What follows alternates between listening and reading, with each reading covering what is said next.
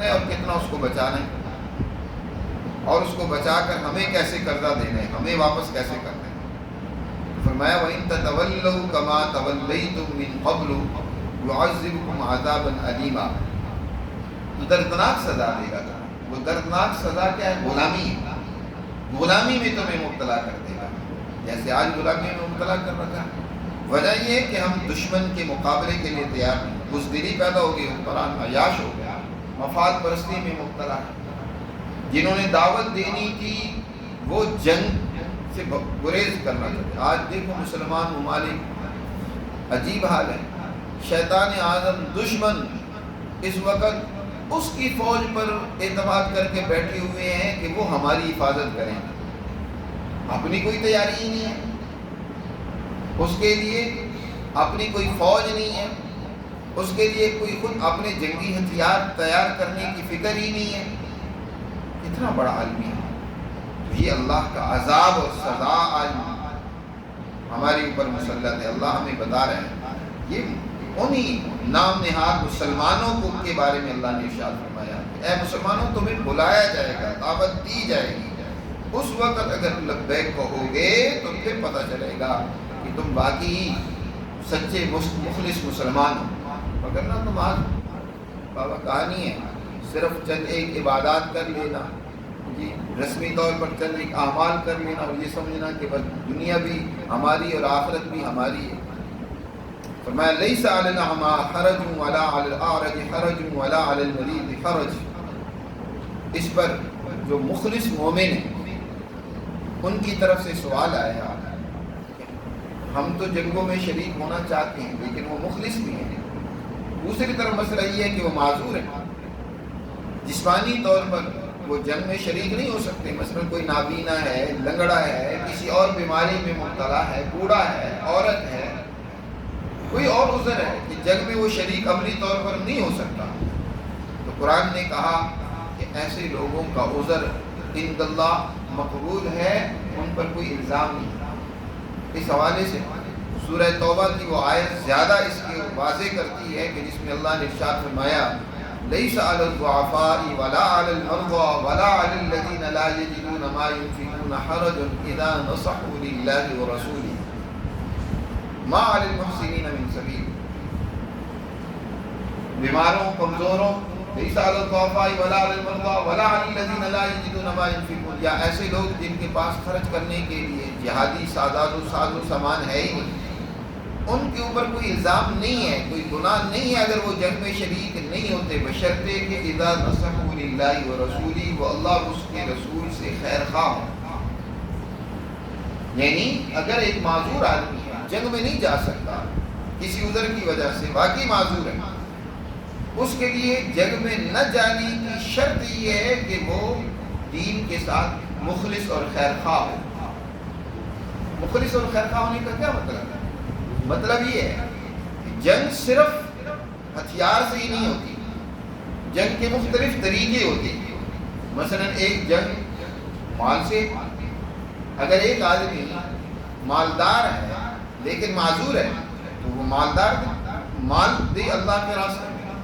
نبی کریم صلی اللہ علیہ وسلم نے اس آدمی کو جہاد فی سبیل اللہ میں شریک قرار دیا ہے کہ جو ایک مجاہد کو ہتھیار سامان خرید کر دیتا ہے، اللہ کے راستے میں خرچ کرتا ہے، لیکن وہ خود نہیں جا سکتا، لنگڑا ہے، نابینا ہے، یا کوئی اور اسی بیماری ہے یا عذر ہے، یا کوئی ایسا آدمی ہے کہ مالدار بھی نہیں ہے اور معذور بھی ہے، وہ بھی جنگ کر سکتا ہے۔ جنگ کی اجماعی یہ ہوتی ہے کہ پوری قوم جنگ کرے کہ دشمن کے پراپوگنڈوں کا جواب دے۔ دشمن آج کے دور میں تو بہت بڑا ہتھیار بن گیا ہے پراپوگنڈا، کہ اپنی قوم کا مورال بلند کرو۔ امریکہ کتنے جھوٹ بولتا ہے، صرف اپنا ایک روب دبدبا رکھنے کے لیے اور اپنی قوم کے مورال کو بلند کرنے کے لیے۔ کبھی کہتا ہے جی میں نے ہرمز کی ناکہ بندی کر رکھی ہے، کبھی کہتا ہے جی ہم نے یورینیم ہی کے لیے جنگ کی تھی، وہ تو ہم نے اس کا معاہدہ کر لیا، وہ ہم لے لیں گے۔ یعنی گویا کہ ناکامی کو چھپانے کے لیے طرح طرح کے بہانے، جھوٹ، فضول باتیں گھڑے گا اور بنائے گا۔ کہ اپنا ایک روب پیدا کرنے کے لیے. تو دشمن پراپوگنڈے کرتا ہے، اس پراپوگنڈے کا جواب دینا یہ بھی جنگ کا حصہ ہے. یہ نہیں ہے کہ ان کے پراپوگنڈوں سے متاثر ہو کر تم انہی کا پراپوگنڈا کرنا شروع کر دو. جیسے آج کل مسلمان کا حال یہ ہے کہ وہ امریکہ کی بڑی عظمت بیان کریں گے کہ جناب وہاں بڑا عالیشان نظام ہے، وہاں ایسے انہوں نے ماشاءاللہ تعلیم کا سسٹم دیکھو اور یہ دیکھو انہوں نے بڑی بہترین حکومتیں قائم کر رکھی ہیں. ان کی تعریفیں کرتے کرتے آپ کے یہاں مسلمان تھکتے نہیں ہیں یورپ کی. حالانکہ جو بھی انہوں نے اس وقت اپنی قوم کو جو کچھ بھی دیا ہے وہ سب دنیا بھر کے مظلوموں کا، افریقیوں کا، ایشیوں کا مال لوٹ کر، ان کے وسائل لوٹ کر اپنی قوم کو کچھ تھوڑی ترقی دے دی ہے. ہم اس پر بڑے ان کو دیکھتے ہیں بڑی للچائی ہوئی نظر سے کہ انہوں نے اپنی قوم کو بڑی ترقی دے دی ہے. بھائی کسی کو لوٹ کر یا ان کے وسائل کو لوٹ کر ان کے اوپر جنگیں، اگر تو وہ واقعی انسان ہے تو انسان تو سب کے لیے اس کی انسانیت کا پتہ چلنا چاہیے. آج افریقہ والوں کی حالت تو دیکھو تباہ کر رکھی ہے کس نے؟ اس امریکہ بدماش.